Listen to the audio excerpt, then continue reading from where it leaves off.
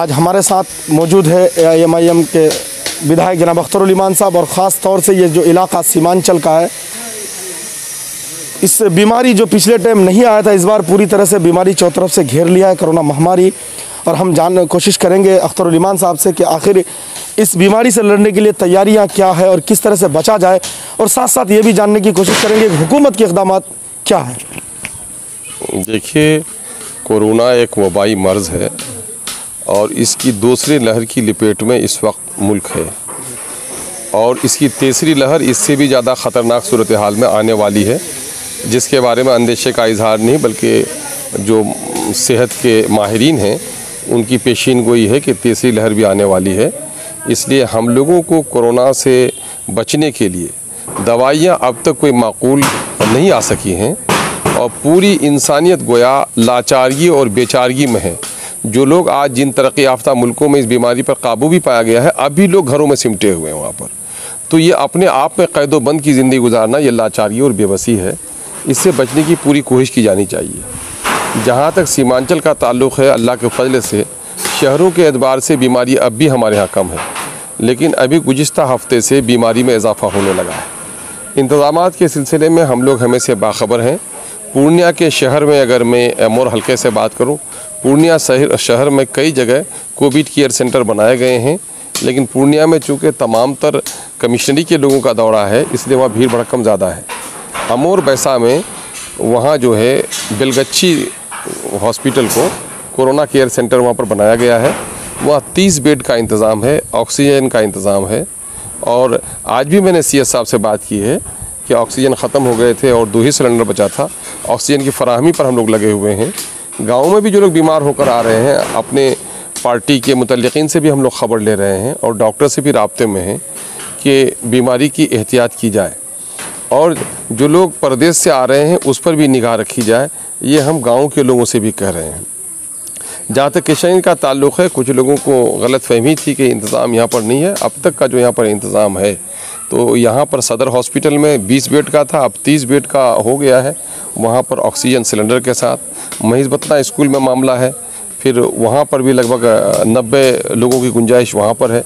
उसके अलावा MGM में, उसके अलावा जो जैन नर्सिंग होम में, और फिर पश्चिम पाली में आलम नर्सिंग होम में, उसके अलावा फिर रेडियंट में, ये इंतज़ामात प्राइवेट तौर पर भी किए गए हैं और सरकारी तौर पर भी किए गए हैं।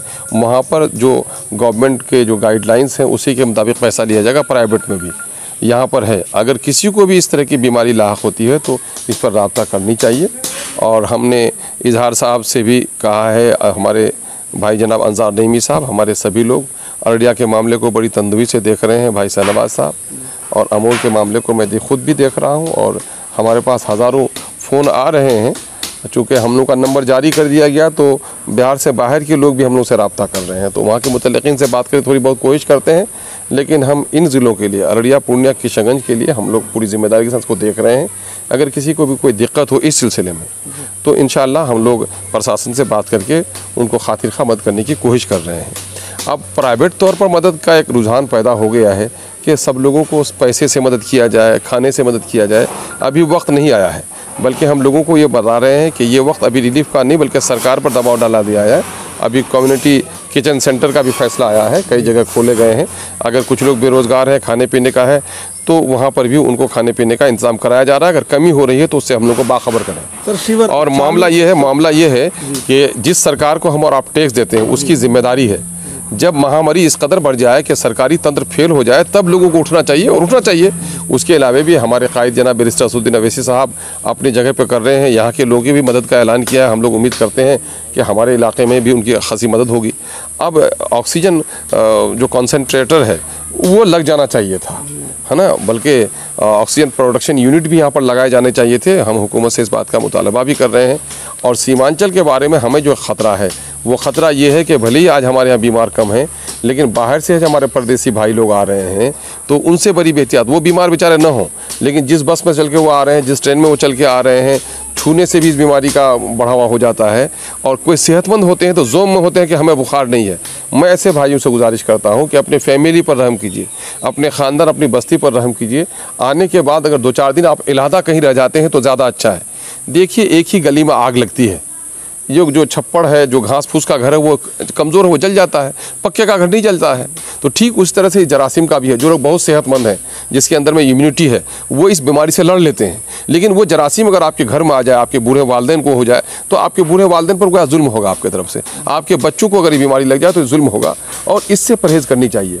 हम हुकूमत बिहार से हमने याद भी दिलाया है, अभी हमने ख़त भी लिखा है माननीय मुख्यमंत्री को, कि पिछले बार बीमारी ख़तरनाक कम थी, शिद्दत इसकी कम थी, लेकिन लोगों में खौफ तारी था, और हुकूमत भी इस खौफ में परेशान थी। क्वारंटाइन सेंटर्स बनाए गए थे। जो लोग स्टेशन में उतरते थे, रेलवे स्टेशन में हो या बस अड्डे में, उनको लाया जाता था क्वारंटाइन सेंटर, उनका टेस्ट होता था, उनको वहाँ पर 12-14 दिन रखा जाता था, तब उनको घर भेजा जाता था। अब की बार जबकि बीमारी की शिद्दत ज़्यादा है, लेकिन हुकूमत की तरफ से मैं समझता हूँ कि मुनासिब इंतज़ाम नहीं हो सका है। अब की बार क्वारंटाइन सेंटर्स नहीं बन सके, और तमाम तर जो स्टेशन है और बस अड्डे हैं, वहाँ स्क्रीनिंग का कुछ काम नहीं हो रहा है, कोई टेस्ट का काम नहीं हो रहा है।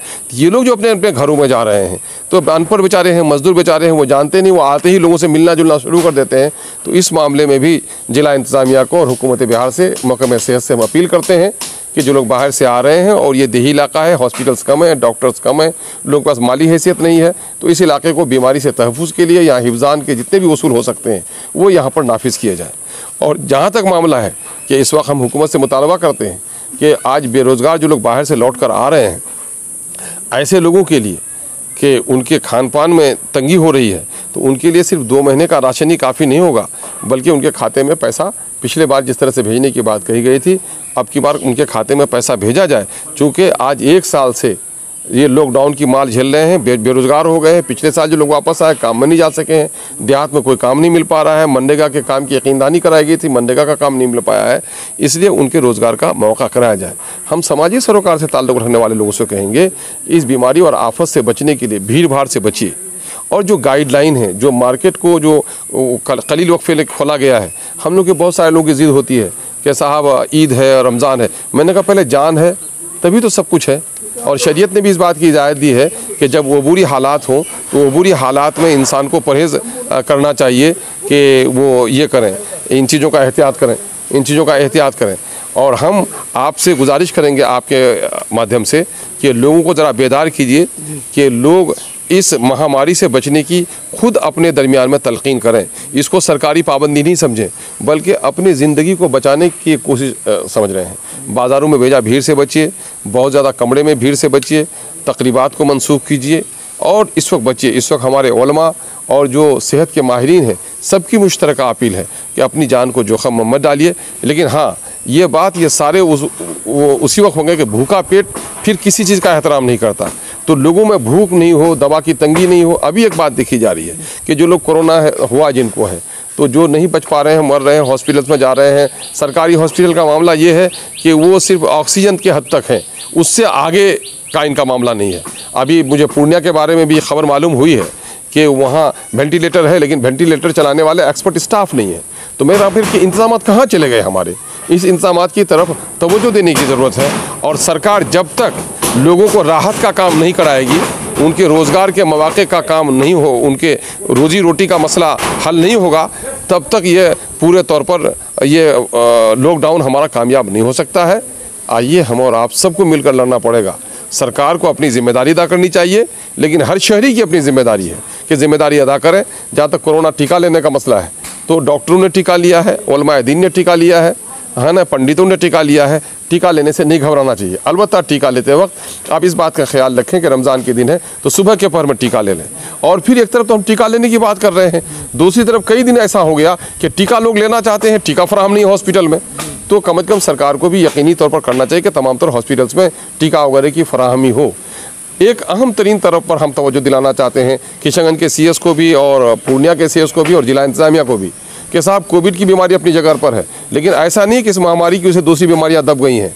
किसी को गुर्दे की बीमारी है, पथरी है, किसी को कैंसर का भी बीमार है, कोई हार्ट का पेशेंट है, इन बेचारों को भी हॉस्पिटल नहीं मिल पा रहा है। नतीजा हुआ ये भी बगैर दवा इलाज के मर रहे हैं।